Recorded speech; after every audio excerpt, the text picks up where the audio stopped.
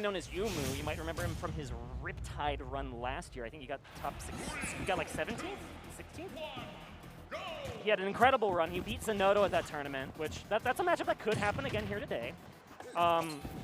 He is going up against Onin. Onin is another one of those Gen Z prodigies rocking the Steve in Minecraft. I believe when I talked to our good friend Script, who was on the cast for the last block, I believe he said that Onin is on track to be #1 over Zenodo in Michigan. Oh, wow. In this most recent season. Yeah, this, as of late, over the past few months, there's just been an uprising of this character. Just a lot of major events have been seeing this character really, really come up, and just a lot of players really making themselves known through this character as well. That punish game is utterly insane once it gets going. Finally mined the diamond, it's in his inventory. Ooh, ill-spaced dash attack. The back throw not going to take it just yet. And poke the crafting block. That's a really important part of any versus Steve strategy, right? You cannot just let that sit there for free. And okay, this back air not going to quite do it. Ooh, fading away with the up tilt just to get that spacing away from the shield grab, and then great punish with the forward smash right there. But Samte knows how to get in through that block wall. He just pokes at the back air under the dirt block and then is able to dash straight through. We do have some Steve representation in Chicago, so I believe these top players should know at least the ins and outs of like basic versus Steve gameplay.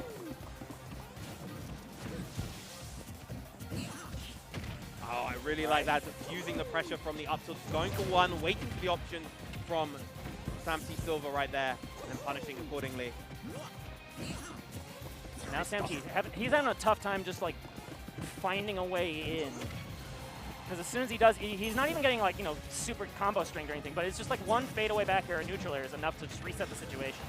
Yeah, it's definitely a relatively unique type of Steve. I feel like we're much more used to seeing the very explosive Steves, these huge damage combos coming out, but this Onin is just playing this great war of attrition so far.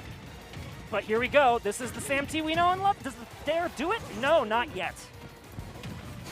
But that will certainly reverse the situation. Man. Great spacing on that back air, and now the wall has been set up once again. Oh, here come the up tilts with the diamond, missing out, unfortunately, with the follow-up from the up air. Back air is such a good spacing tool, and that's really just been the difference, right? Because those back airs have been clutch at times where just it's ruining Samte's approach. And wow, not ready for that tech at all was Samte, and Onin with a very solid victory in that first game. I feel like that happens a lot for Steve, where like they just sneak a stock sometimes in just like those goofies, like a tech on a down tilt up 2 frames away, right? Like you have to be ready for that to happen, or you're just like lights out. Yeah. Not to mention in that situation, he had the potential tech covered. Onin had that potential tech covered afterwards with the down smash. You know, if Samte was able to get that tech, that down smash was ready and there to potentially catch them. And that was basically a checkmate situation, so good stuff to Onin right there. Once again, setting up the block wall just so that he can mine for the resources. But Samte finds his way in. I think he wants to play it slow and steady. Like the first stock was a slow and steady game plan for Samte, right? Just poke through. Now that the wall is down, I can find an opportunity in. Don't get anti-air too much. I think that was like the big difference maker, was those back airs as just anti-approach tools.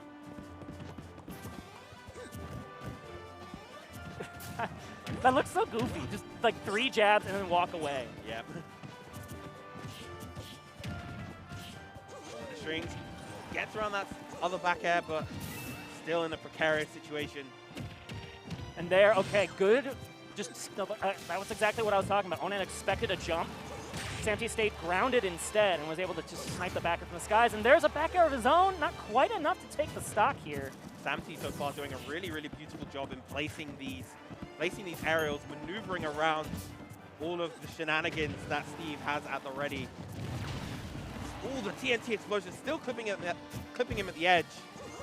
Oh, and that was almost a shield poke on the back air that Onin was going for after the anvil landed squarely onto Samte's shield. Oh, no punish. That up B so ambiguous to get the timing of that punish. It's really unclear as to when Steve's out of the recovery. That scooped them away with that up smash. I cannot believe that scoop. That was wild. That's like a peach scoop on the up smash. crazy stuff, but all even Stevens here in stock number 2. And there's the diamond weapon. Look at that damage. 40%, 60 off of an up air. 77 already, just a few hits. The down air, There's big the chunk tag. of damage.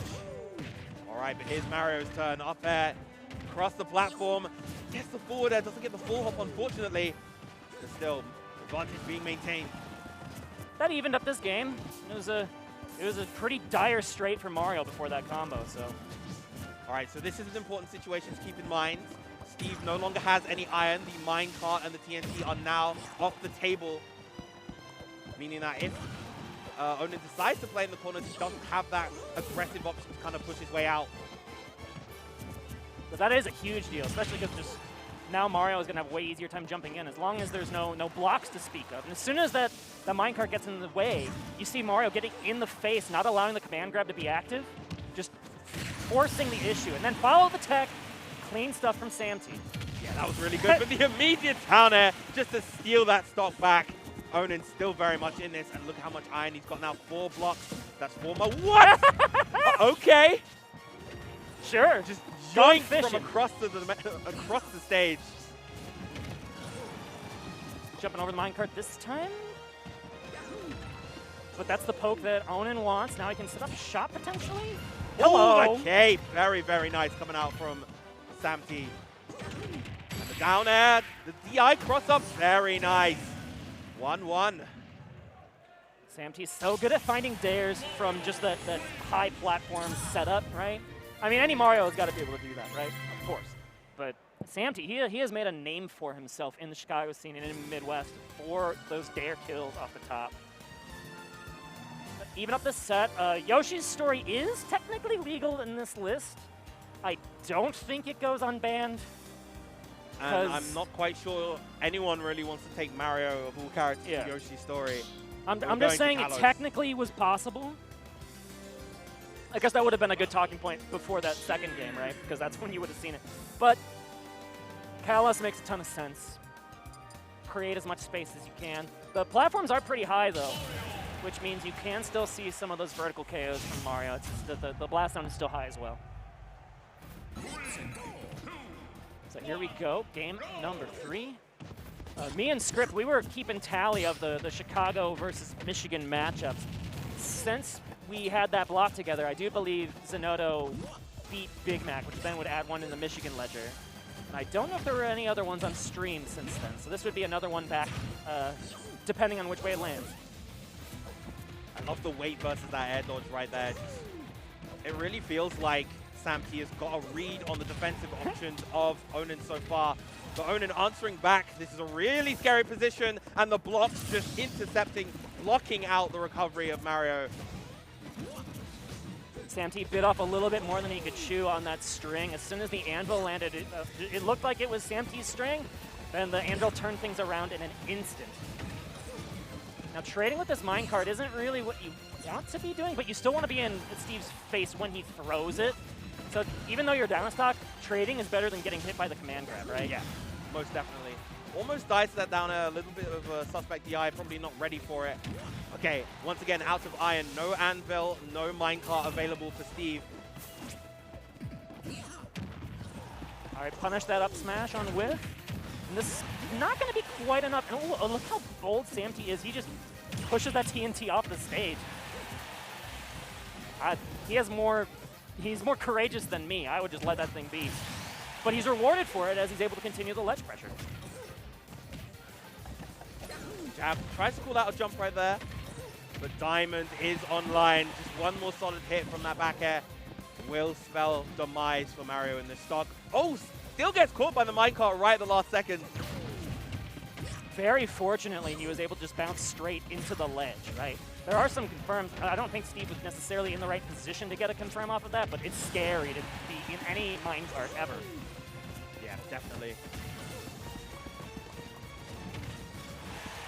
The air-to-air going Steve's way, I feel like that's what we saw a lot in Game 1, and we're seeing more of it again in Game 3. Oh, unfortunate for Onin right there, getting the meteor hitbox. Definitely wanted the horizontal one right there, just to get the KO off the side. Goes for a grab. Not punished for it, though. Now 200% on the board. The diamond broke. Okay, yeah, he had the second one. Yeah, diamond pickaxe is gone, but the other weapons are still there. All right, gets past the block. Yeah. Up throw. Yep, times that grab to be able to beat the spot dodge timing right there. Still relatively close. If Sam is able to take this stock quickly, that up smash was promising, but not quite enough just yet.